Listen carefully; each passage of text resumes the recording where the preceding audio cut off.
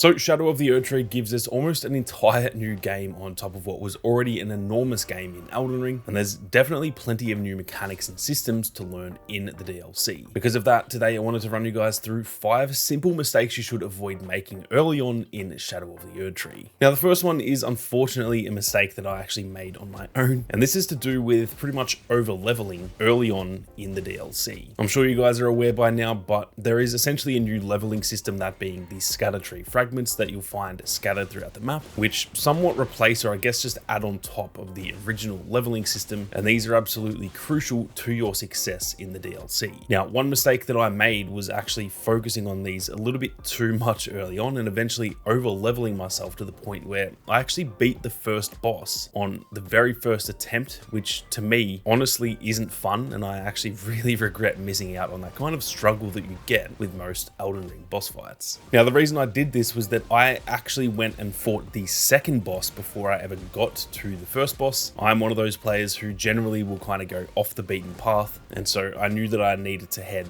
in one general direction, and I actually went the other direction to just see what there was, and it eventually led me to what I found out was the second boss, not the first boss. So I did have a really big struggle with that second boss. I'm not going to show gameplay or spoil names or anything for you guys, so don't worry about that. But with this second boss, it did probably take me 25 to 30 attempts to actually kill them. And so every probably 10 to 15 attempts, I would then go and say, you know what, I need to go and get some more scatter tree fragments and level up a little bit in order to make this a bit easier. And obviously that did work, and I eventually beat that second boss. But then when I eventually made it to the first boss, like I said, I literally beat them on the first attempt and wasn't even remotely close to dying. So even though to some of you that may be fun, maybe that is a really good way to play the game for some of you guys. For me, I do enjoy the struggle of a boss fight. I actually enjoy the process of having to learn their moveset and all that kind of thing. And so that is a mistake that if you guys enjoy that too, you definitely don't want to be making. That's not to say don't over level yourself eventually. If you are really stuck on a boss, then that is actually a really good way to do it. But I would recommend kind of getting stuck first and then over leveling rather than doing it the other way. Because honestly, if you beat a boss on the first attempt, it kind of takes away the joy of actually beating that boss. Now, something that I also think is massively neglected in Elden Ring is the multiplayer messaging system, and one mistake that you can make is essentially just not making the most of it. Now, for those who weren't aware, and in fairness, I can't remember if it actually ever tells you this in game, but if someone appraises one of your messages, you literally get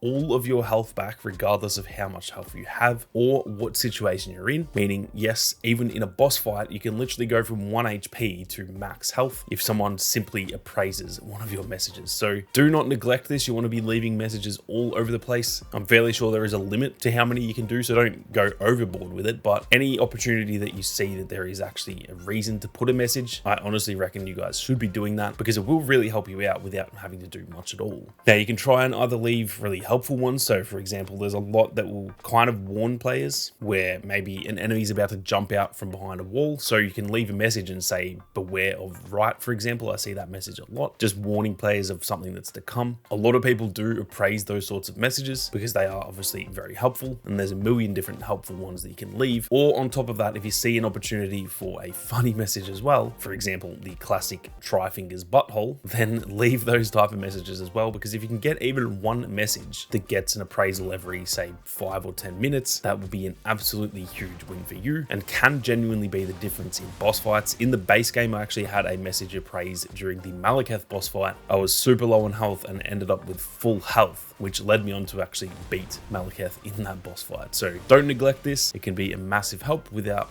really being too much work at all. Now, before we go any further, if you guys are enjoying the video so far and you are new to the channel, be sure to hit that subscribe button and turn on those notifications. There is plenty more Elden Ring Shadow of the Erdtree content on the way, so make sure you don't miss out. Now, one thing that a lot of us probably do in game is running past enemies to get to the next area or the next site of grace, especially when they are either A, super difficult to beat, sometimes it is best to just run through those areas, or B, super easy, like these dark sort of ghost NPCs that you'll see hundreds of throughout the game. Now, in my opinion, that is a massive mistake. You do not want to neglect enemies wherever you can, especially in Shadow of the Erdtree, because the enemies are far more likely in the DLC to drop useful items, simply because the devs want us to have everything we need at our disposal so that we can level up the new DLC weapons and stuff like that. So you would be shocked at how useful it can be to simply just try and kill any enemies that you see, even if you would normally just run past them because they aren't really worth the fight. Now, this is especially the case with these ghosts that have the like sparkly pots above their head. Those are ones you absolutely cannot go past because they actually drop Erdtree fragments and revered spirit ashes to upgrade both yourself and your spirit ashes. So never go past any of these without killing them. They are one of the easiest ways you can get either of those items in the DLC. The same thing goes for any hippopotamus enemies that you see as well. They will also drop Erdtree fragments as well. So as tough as they can be at times, they are 100% worth the battle.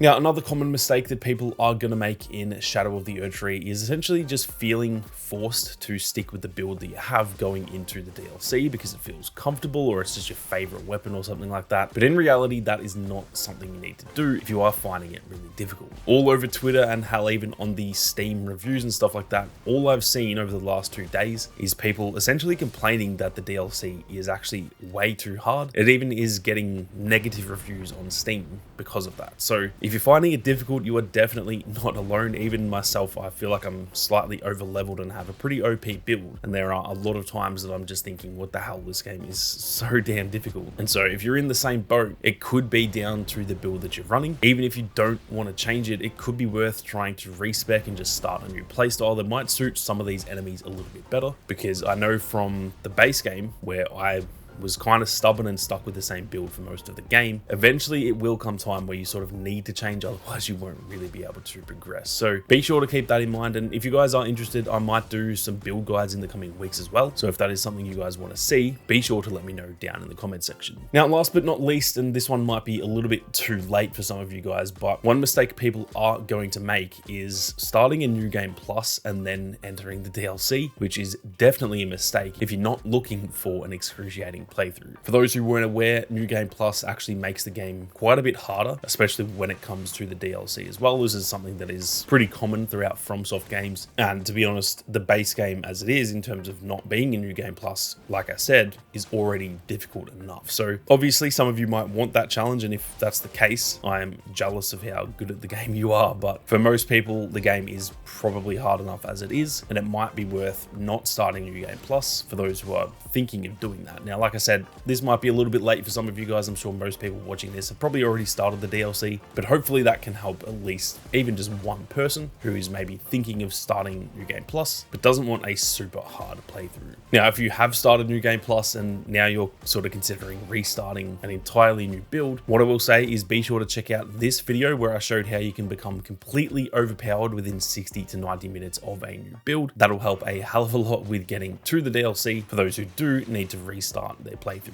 But that is it for 5 simple mistakes you can be making in Elden Ring Shadow of the Erdtree and how to avoid them. Hopefully this helped some of you guys out, and if it did, be sure to subscribe with those notifications on. Like I said, there is plenty more Elden Ring content on the way, so make sure you don't miss out. But with that being said, thank you all very much for watching. You guys have a great day, and I'll catch you all in the next one.